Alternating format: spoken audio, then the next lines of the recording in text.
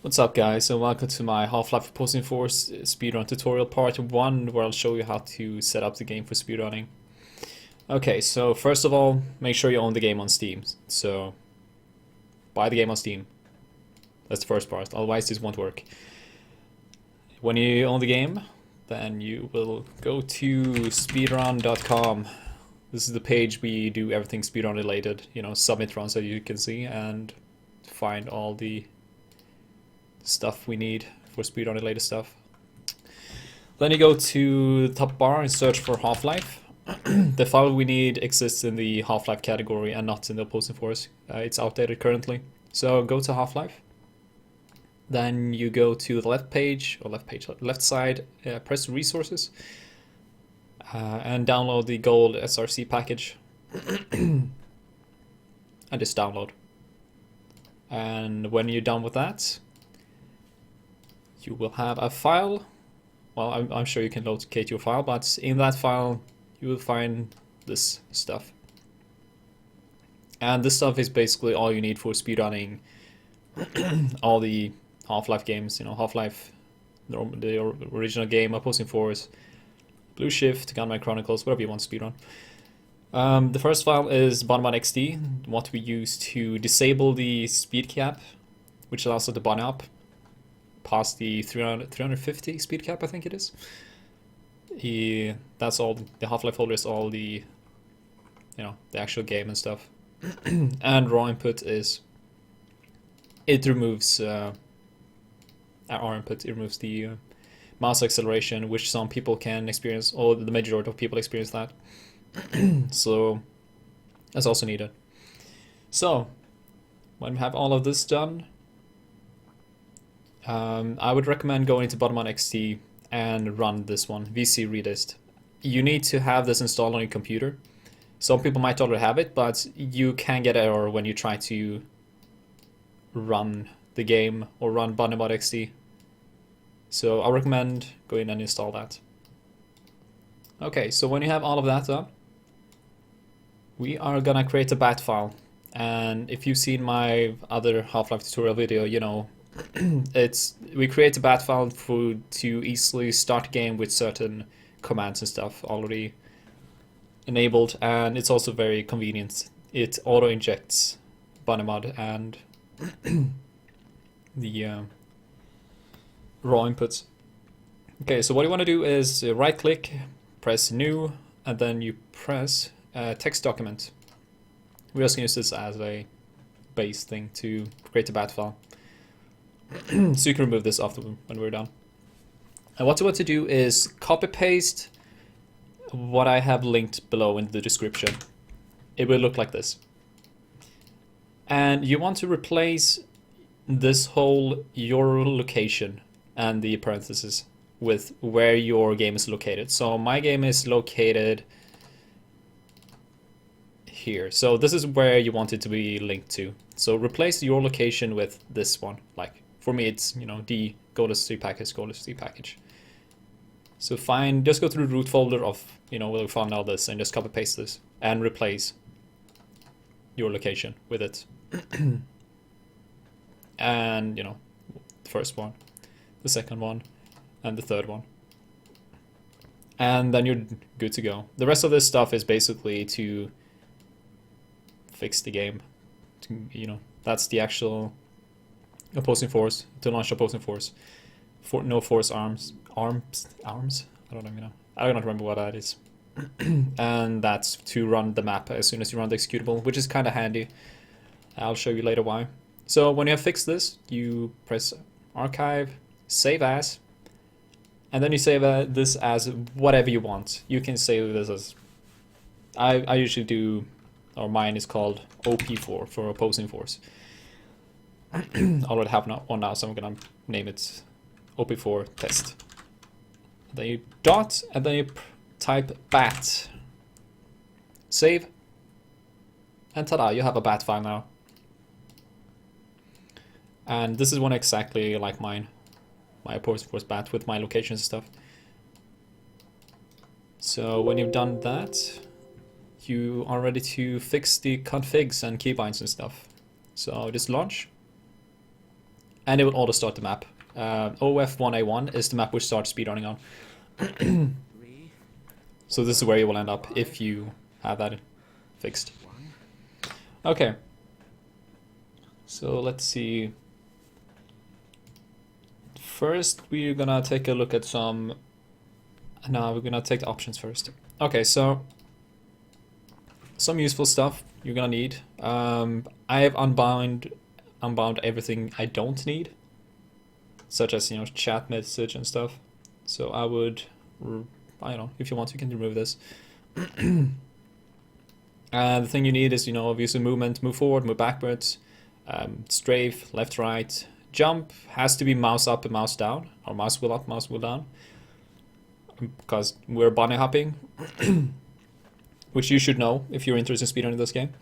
And bunny hopping is nearly impossible with spacebar, so you need to jump with mouse wheel up and mouse wheel down. I'm not going to teach you how to bunny hop. If you want to learn how to bunny hop, you have to search up yourself. Then duck, left control, that should be by default. Everything else you don't really need in this part. Walk can be useful in some areas where you want to not walk off ledges and stuff. That should be on default. Use button E, you know, night vision goggles you need as well, so have that on something. I have F.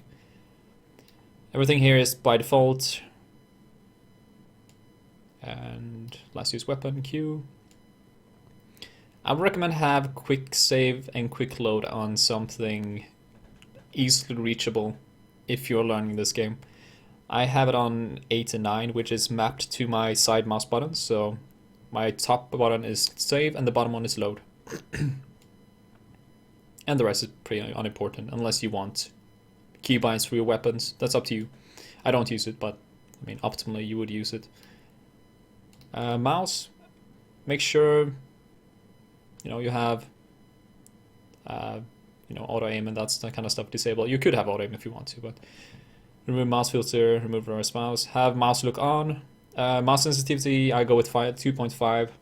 You could go with anything else, but I would recommend having something that is, you know, not too high but not too low, because if you know how to, if you want to bunny hop, it's kind of hard with too low sensitivity.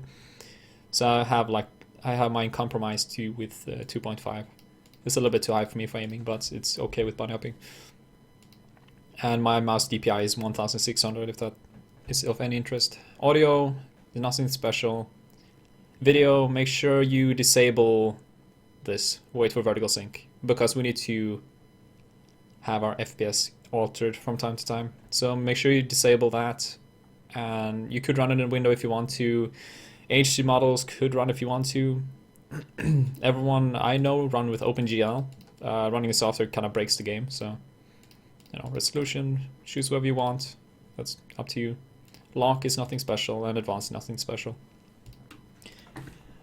Okay, so that's the keybinds, or options rather. Then you want to go into your console and type skill 1. We run this game on easy, which is the skill 1 thing. You only need to run this once, or type skill 1 once. So every time you restart the game, the skill will be on 1. So this, you only need to type this once. Then I would, if you want to, you can have CL show FPS 1, and that will show you FPS in the upper left corner. It's a nice thing. I don't know, it's not really necessary, but it's just nice. Then you can change default underscore FOV 110. I use 110, you can use whatever you want. If you want to use 90, sure, go for that. But that basically changes like this. It's 110. I think it looks the best. But you can experiment with whatever you want. And then we're gonna need some keybinds. In this run, we need to use very low FPS for certain tricks to basically break the movement of the game and go through thin walls at the point and stuff. It's also useful because the lower FPS, the faster NPCs turn corners, and at certain parts we need NPCs to run to us or follow us. So I use my FPS keybinds, or I use Z or Z, however you want to pronounce it, to lower my FPS, and I use X to higher my FPS. You can use whatever you want, but that's what I use. So that would look like bind did FPS underscore max 5. So that will lower your FPS to 5 when you press Z.